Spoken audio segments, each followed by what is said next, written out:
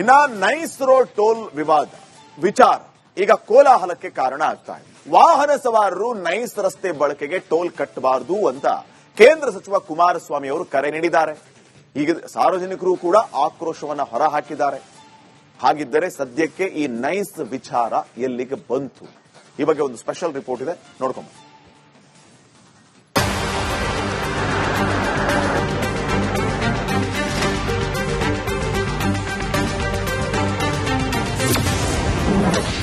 Nice ರಸ್ತೆಯಲ್ಲಿ ಅಕ್ರಮ toll ಸಂಗ್ರಹ ಕಿಚ್ಚು.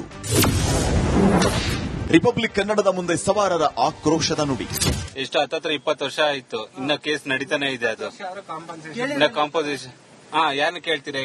ಗೌರ್ಮೆಂಟ್ ತಾನೇ ನಿಲ್ಸ್ಕೊಂಡ್ ಕೊಟ್ಟಿದ್ದು, ಗೌರ್ಮೆಂಟ್ ಅವ್ರು ಬಂದ್ ಕೊಡ್ಬೇಕು. ಇವಾಗ ನಾವು ಕೇಣಿ ಮುಂದೆ ಕೇಳಕ್ಕಾಗತ್ತಾ? ಈ ವಾರದಲ್ಲಿ 2-3 ಸಲ ಓಡಾಡ್ತೀವಿ. ಈ ವಾರದಲ್ಲಿ 2-3 ಸಲ ಒಂದ್ಸಲ 25 ರೂಪಾಯಿ ಅಂದ್ರೆ ಆ ಕಡೆಯಿಂದ ಬರ್ಬೇಕಾದ್ರೂ ಕಟ್ಬೇಕು, ಹೋಗ್ಬೇಕಾದ್ರೆ ಒಂದ್ಸಲ 50 ರೂಪಾಯಿ ಅಂದ್ರೆ ಅಲ್ಲೇ ವಾರದಲ್ಲಿ 200-300 ರೂಪಾಯಿ ಹೋಗ್ಬಿಡುತ್ತೆ. ಅದರಿಂದ ಫ್ರೀ ಮಾಡಿದ್ರೆ ಒಳ್ಳೇದೇ, ಟೂ ವೀಲರ್ ಮಾಡಿದ್ರೆ ಒಳ್ಳೇದಾಗುತ್ತೆ. ನೈಸ್ ರೋಡ್ ಟೋಲ್ ವಿಚಾರ ಈಗ ಕೋಲಾಹಲ ಎಬ್ಬಿಸಿದೆ. ಈ ಹಿಂದೆ ನೈಸ್ ಕಂಪನಿ ಯೋಜನೆ ರಾಜ್ಯದಲ್ಲಿ ಅತಿದೊಡ್ಡ ಹಗರಣದಂತೆ ಕಾಣ್ತಾ ಇದೆ ಅಂತ ಹೈಕೋರ್ಟ್ ಹೇಳಿದೆ. ಇನ್ನು ಮೊನ್ನೆ ಈ ಇಡೀ ಯೋಜನೆಯನ್ನ ರಾಜ್ಯ ಸರ್ಕಾರ ತನ್ನ ಸ್ವಾಧೀನಕ್ಕೆ ಪಡೆದುಕೋಬೇಕು ಹಾಗೂ ವಾಹನ ಸವಾರರು ನೈಸ್ ರಸ್ತೆ ಬಳಕೆಗೆ ಟೋಲ್ ಕಟ್ಟಬಾರದು ಅಂತ ಕೇಂದ್ರ ಸಚಿವ ಕುಮಾರಸ್ವಾಮಿ ಕರೆ ನೀಡಿದರು. ಇದೀಗ ಸಾರ್ವಜನಿಕರು ಕೂಡ ಆಕ್ರೋಶ ಹೊರಹಾಕಿದ್ದಾರೆ.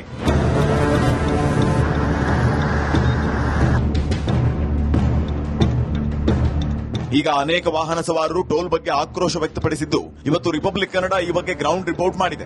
ಎಲ್ಲರಿಗೂ ಬರ್ಡನ್ ಆಗುತ್ತೆ. ಈಗ ಪೆಟ್ರೋಲ್ ಬೆಲೆಗೆ ಅದಕ್ಕೂ ಕಟ್ತೀವಲ್ಲ ಟ್ಯಾಕ್ಸ್, ಎಲ್ಲಾ ತರ ಡೈರೆಕ್ಟ್ಲಿ ಇಂಡೈರೆಕ್ಟ್ಲಿ ಎಲ್ಲಾನು ಕಟ್ತಾ ಇದೀವಲ್ವಾ. ಮತ್ತೆ ಟೋಲು ಜಾಸ್ತಿ ಮಾಡಿದ್ರೆ ಎಲ್ಲಿಂದ ಕಟ್ಟೋದು? Middle class, lower middle class ಎಲ್ಲಾರನು ಥಿಂಕ್ ಮಾಡಿ ಅವರು ಜಾಸ್ತಿ ಮಾಡಬೇಕು. ಯಾರು ನೋಡೋರಿಲ್ಲ. ಕೇಳಕ್ ಹೋದ್ರೆ ಕೇಳೋರ್ನೇ ಟಾರ್ಗೆಟ್ ಮಾಡ್ತಾರೆ. ಎಲ್ಲಾ ಕಡೆ ಹಿಂಗೆ ಆಗ್ತಿರೋದು. ಮೇನ್ಲಿ ಪ್ರಾಬ್ಲಮ್ ಆಗ್ತಿರೋದು ಪೂರ್ ಪೀಪಲ್, ಮಿಡಲ್ ಕ್ಲಾಸ್ ಅವರಿಗೆ. ಟೋಲ್ ಸಂಗ್ರಹ ರಾಜಕೀಯ ಕೆಸರರ ಚಾಟ.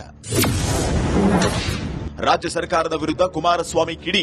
ಇದರ ನಡುವೆ ಈ ವಿವಾದದ ಕಿಚ್ಚು ರಾಜಕೀಯ ಕೆಸರರ ಚಾಟಕ್ಕೆ ಕಾರಣ ಆಗಿದೆ. ಟೋಲ್ ಕಟ್ಬೇಡಿ ಎಂದಿದ್ದ ಕುಮಾರಸ್ವಾಮಿ ಈಗ ಅಶೋಕ್ ಖೇಣಿ ವಿರುದ್ಧ ಗುಡುಗಿದ್ದಾರೆ. ನನಗೆ ಹೇಳ್ಬೇಕಾಗಿಲ್ಲ, ನಾನು ಅವ್ರು ಕಟ್ಕೊಂಡು ನನಗಾಗಬೇಕಾಗಿರೋದು. ನಾನು ಹೇಳ್ತಿರೋದು ಅವನಿಗೆಲ್ಲ ಹೇಳ್ತಾ ಇರೋದು. ನಾನು ಹೇಳ್ತಾ ಇರೋದು ಈ ಸರ್ಕಾರಕ್ಕೆ ಬೆನ್ನೆಲುಬಾ. ಈ ಸರ್ಕಾರಕ್ಕೆ ಏನು ಅವ್ರು ಡೈರೆಕ್ಷನ್ ಕೊಟ್ಟಿರೋದು ಕೋರ್ಟ್ನಲ್ಲಿ. ಕೋರ್ಟ್ ಆದೇಶ ಕೊಟ್ಟಿರೋದು ಕಿಣಿಗಲ್ಲ, ಕೋರ್ಟ್ ಆದೇಶ ಕೊಟ್ಟಿರೋದು ಪ್ರಚೋದನೆ ಅಲ್ಲ. ಜನ ಇಷ್ಟೊತ್ತಿಗೆ ನುಗ್ಗಬೇಕಾಗಿತ್ತು.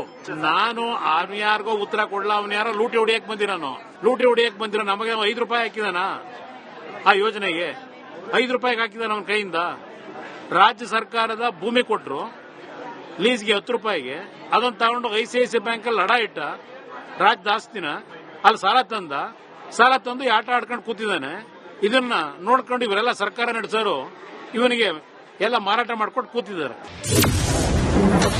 ಕುಮಾರಸ್ವಾಮಿ ವಿರುದ್ಧ ಬಾಲಕೃಷ್ಣ ವಾಗ್ದಾಳಿ. HDK ಮಾಡೋದು ಅನಾಚಾರ ಎಂದ DK ಸುರೇಶ್. ಇತ್ತ DKಶಿ ಸಿಎಂ ಆಗಿರೋದಕ್ಕೆ HD ಕುಮಾರಸ್ವಾಮಿ ಅವರಿಗೆ ಹೊಟ್ಟೆ ತುಳಿಸ್ತಾ ಇದೆ. ಹೀಗಾಗಿ ಸಿಎಂಗೆ ಕೆಟ್ಟ ಹೆಸರು ತರೋದಕ್ಕೆ ಪ್ರಯತ್ನ ಅಂತ ಸಚಿವ ಬಾಲಕೃಷ್ಣ ವಾಗ್ದಾಳಿ ನಡೆಸಿದ್ದಾರೆ. ಇನ್ನು ನೈಟ್ ಟೋಲ್ ಕಟ್ಬೇಡಿ ಅಂತ HDK ಹೇಳ್ತಾರೆ. ಕುಮಾರಸ್ವಾಮಿ ಮಾಡೋದು ಅನಾಚಾರ, ಮನೆ ಮುಂದೆ ಬೃಂದಾವನ ಅಂತ DK ಸುರೇಶ್ ಹೇಳಿದ್ದಾರೆ.